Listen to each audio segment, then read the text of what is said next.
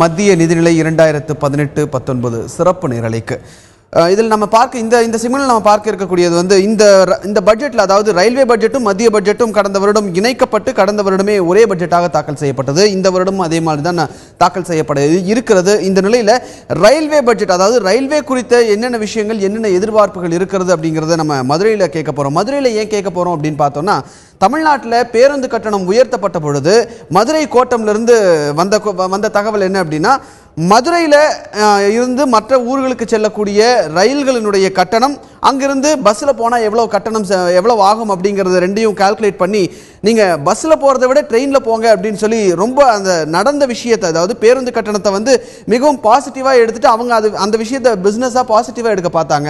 So அவங்க கிட்ட கேட்டால் இன்னும் கரெக்டாக இருக்கும் அப்படிங்கிறது தான் மதுரையில் தற்போது ரயில்வே துறை சார்ந்த பல்வேறு விஷயங்கள் என்னென்ன எதிர்பார்ப்புகள் இருக்கிறது என்பது குறித்து விளக்குகிறார் நமது செய்தியாளர் சரவணன் மதுரையிலிருந்து. மத்திய பட்ஜெட்டில் ரயில்வே துறைக்கு என்ன மாதிரியான திட்டங்களை அறிவிக்க வேண்டும் என்று மக்கள் எதிர்பார்க்கிறார்கள் என்பது குறித்து நம்மளிடையே பேசுவதற்கு ரயில்வே பயணிகள் சங்கத்தின் பொதுச் செயலாளர் கே பத்மநாபன் இருக்கிறார். அவரிடம் கேட்போம். சார், இந்த மத்திய பட்ஜெட்டில் ரயில்வே துறைக்கு, குறிப்பாக தென்னக ரயில்வேக்கு என்ன மாதிரி திட்டங்கள்லாம் வந்து அனௌன்ஸ் பண்ணால் நல்லாயிருக்குன்னு சொல்லிட்டு மக்கள் எதிர்பார்க்குறாங்க சார்?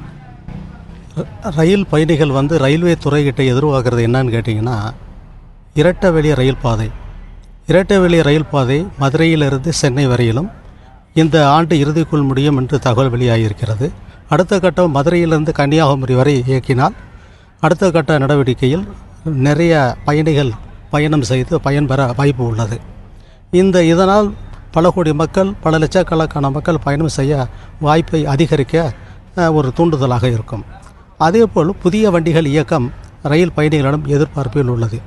புதிய வண்டிகள் என்றால் மதுரை டு பெங்களூர் சிட்டிக்கு இன்டர்சிட்டி எக்ஸ்பிரஸ் பகல் நேர வண்டி காலையில் சென்று இரவு மதுரைக்கு வந்து சேரும் ஒரு வாய்ப்பை வேண்டுமென்று ரயில் பயணிகள் விரும்புகின்றனர். அதேபோல் தாதர் எக்ஸ்பிரஸ், திருநெல்வேலியிலிருந்து தாதர் வயா கோயம்புத்தூர் வழியாக இயக்கப்படும் தாதர் எக்ஸ்பிரஸை கூடுதல் ஒரு முறை இயக்க வேண்டும் என்று கேட்டுக்கொள்கிறார்கள். ராமேஸ்வரத்திலிருந்து பன்வேல் அல்லது தாதருக்கு பொள்ளாச்சி, பழனி, கோயம்புத்தூர் வழியாக இயக்க வேண்டும் என்று ரயில் பயணிகளுடைய கோரிக்கைகளில் ஒன்றாக இருக்கிறது. அதே நேரத்தில் ஏழைகள் பயன்படும் வகையில் passenger train Madurai to Salem, அந்த பேசஞ்சர் ட்ரெயின் இயக்கப்பட வேண்டும் என்று ரயில்வே பயணிகளுடைய நீண்ட நாள் கோரிக்கையாக உள்ளது. ஆகவே இந்த திட்டங்கள், இந்த புதிய வண்டிகள் இயக்க வேண்டும் என்றால் மதுரை, திண்டுக்கல், திருநெல்வேலி, தூத்துக்குடி போன்ற இடங்களில் பிட் லைன் அதிகம் தேவைப்படுகிறது, ஸ்டேபிளிங் லைன் அதிகம் தேவைப்படுகிறது. இந்த பிட் லைன், ஸ்டேபிளிங் லைன் அதிகம் இருந்தால்தான் புதிய வண்டிகளோ அல்லது வண்டிகள் விரிவாக்கவோ மதுரை டிவிஷனில் மட்டுமல்லாமல் தமிழ்நாடு முழுக்கவும் செய்ய முடியும். ஆகவே இந்த திட்டங்களை நிறைவேற்ற அதிக நிதி தேவைப்படுகிறது. ஆகவே தென்னக ரயில்வேக்கு, குறிப்பாக மதுரை டிவிஷனுக்கு கூடுதல் நிதிகள் ஒதுக்கப்பட வேண்டும் என்று பயணிகள் சங்கம் எதிர்பார்க்கிறது. ரயில்வே பயணிகளும் எதிர்பார்க்கிறார்கள். அதேபோல் மதுரை டு போடி கிட்டத்தட்ட ஒரு 8 ஆண்டுகளுக்கு மேல் அந்த பணிகள் நடைபெற்று கொண்டிருக்கிறது. அந்த பணிகளையும் முடிக்க வேண்டும் என்று கேட்டுக்கொள்ளப்படுகிறது. மதுரை டு செங்கோட்டையையும் முடிக்க வேண்டும் என்று ரயில் பயணிகள் எதிர்பார்ப்பில் இருக்கிறது.